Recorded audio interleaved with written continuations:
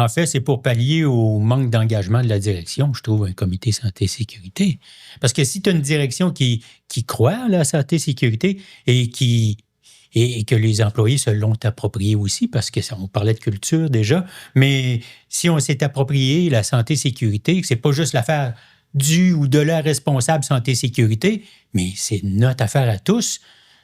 effectivement, le comité est un peu secondaire, parce que dans le fond, c'est un intermédiaire de plus qui a à interagir là-dedans, effectivement. Je pense que c'est un filet de sécurité, en fait, le comité SST. C'est si l'entreprise fait pas les bonnes démarches, si l'entreprise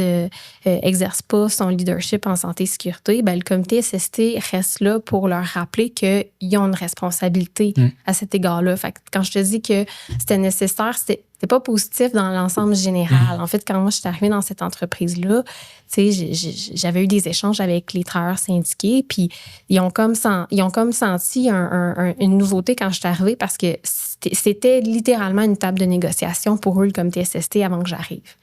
Puis c'est plate quand ça devient ça, parce qu'après ça, tu te dis, bon, la priorité de l'entreprise, c'est de négocier la gestion de risque qu'ils font avec l'environnement qu'ils nous offrent, puis ça éveille pas les bonnes pratiques nécessairement.